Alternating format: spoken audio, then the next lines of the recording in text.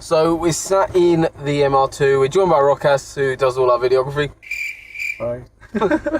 And we're going to be having a little test to the system as it is now. So we're just going to play a little bit of music now and just see how it sounds. Yep. I woke up with another siren in my mind. Feel everything really want that. I could be the one that you asked together.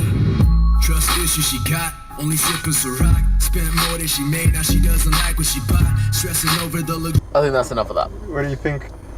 It's pretty horrible. No wonder the car's in to have a system done. So, Yeah. I mean, what's your thoughts on it? What do you think? Do you hear the highs? Like It- how it, like It kind of just muffles, doesn't it? it's like it feels like it collapses. Yeah. Like yeah, it's yeah. very, I don't know. It's very harsh. Yeah. It's so hot.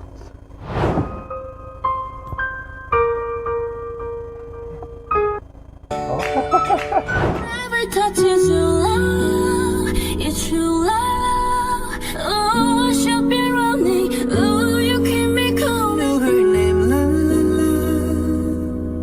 la. It felt like oh la la la. Yeah, no. So that was the before test.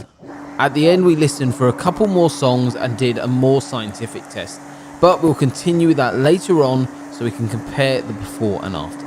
But now let's see what's going into this Toyota MR2. So the client wanted to get rid of the harsh vocals from the speakers and also fill those lows with some bass. For that we replaced the old tweeters and mid-bass speakers with fresh Audiston ones. Now the vocals should sound clean and it won't distort when you turn up the volume. To get more feel in the low end, we went for the Eaton 10-inch sub. It's not a sub that's going to move your hair, but when you have limited space like this MR2, this is the solution for the low end. It sits behind the passenger seat and takes up around 8 centimeters of legroom. The last improvement we can make is soundproofing. We have this soft layer and we applied it throughout the vehicle. Lewis is the expert on it, so here's a few words from him. So for this project, we're using the Skins 3mm sound deadening. It's going to provide a better acoustic environment for the speakers and help reduce road noise in the vehicle. Now the high end is crisp, mids are filled, and the bass in fact kicks so hard it's going to... And that's it. A simple but effective upgrade. And how effective? We can figure out now and compare the before and after. Let's hear it. Yeah. I woke up with another siren in my mind. I can't decide if I was dreaming or alive. I woke up with another siren in my mind. Feel everything really want that. I could be the one that you. I could be the one. Even though it's there, I'm wanna want back. Even if I really I'ma tell you what's next. I could play the. And the highs I are could not play the even round. harsh Oh, now. oh, cinematic and last together. Trust issues she got, only sippers a rock. Spent more than she made, now she doesn't like what she bought. Stressing over the luxurious things, but all the And the volume as well. So that was quite a big difference. I mean, from obviously when we listened to the system before, Yeah. that sounded really sharp, like harsh before, and it also like distorted, distorted, yeah. yeah. And this now with the new head unit powering new set of speakers and stuff, it's just a lot smoother. Yeah. I think that's the way to kind of describe it. Yeah. So this next song is another bass track, but this does actually make quite a lot of cars rattle. And obviously if we're not soundproofing a whole vehicle, it's very, very hard to obviously get rid of all of it. But let's hear the difference between obviously what we had before and what we've got now. And And obviously now we have a sub, which makes it even more difficult. yes, exactly. Obviously we're adding more power into the Yeah. system and stuff like that. So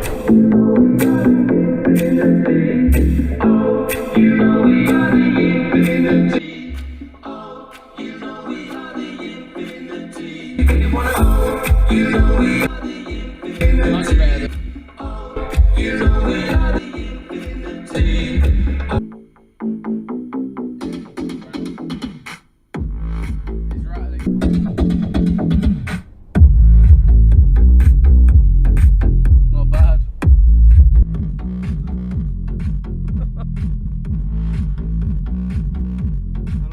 Yeah.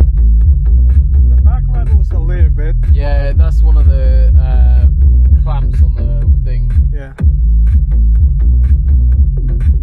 But this is quite loud and also Yeah. quite bass pretty much on full. So Really minor. yeah. Nice. So just to note, guys, just in case you can see me and Rokas sweating here, the car doesn't have air conditioning, and currently it is 29 degrees, and in about sort of 20 minutes, half an hour, it's due to be 32. So it's rather warm in here. It's gonna be crazy hot. So now let's bring some science into the video. A good set of speakers will go as low as 20 Hz. So that's 180. So at 140.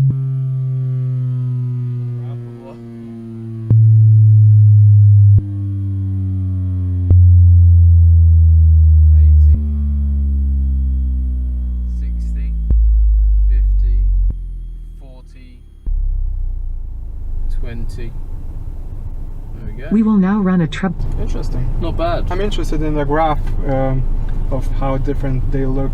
We'll analyze and see how low the old speakers could play and compare it to the new speakers with a sub and see who wins. We have two graphs here. The top one is the old system and the bottom one is the new system. As you can see by the peak there, that is basically where it's playing the audio sound throughout the frequency range, going from 200 Hz all the way down to 0. Anywhere where that peak drops below that red line is where basically that sound and that frequency is not playing. The new system is holding on very strong and also staying well above that red line. The original system drops out at 42 Hz, whereas the new system drops out at a staggering 28 Hz. So if you want to try this test on your own car, you can find the video in the link below. Play it in your own car and then you can comment on how low your speakers went. So we're all wrapped up here on today's video. If you want to see a system that we did on a Lamborghini Huracan, make sure you check it out up here. And if you want to know a little bit more about pricing on an audio system, click on the link down here. Thank you so much for watching. I really hope you've enjoyed today's video and we'll see you on the next one.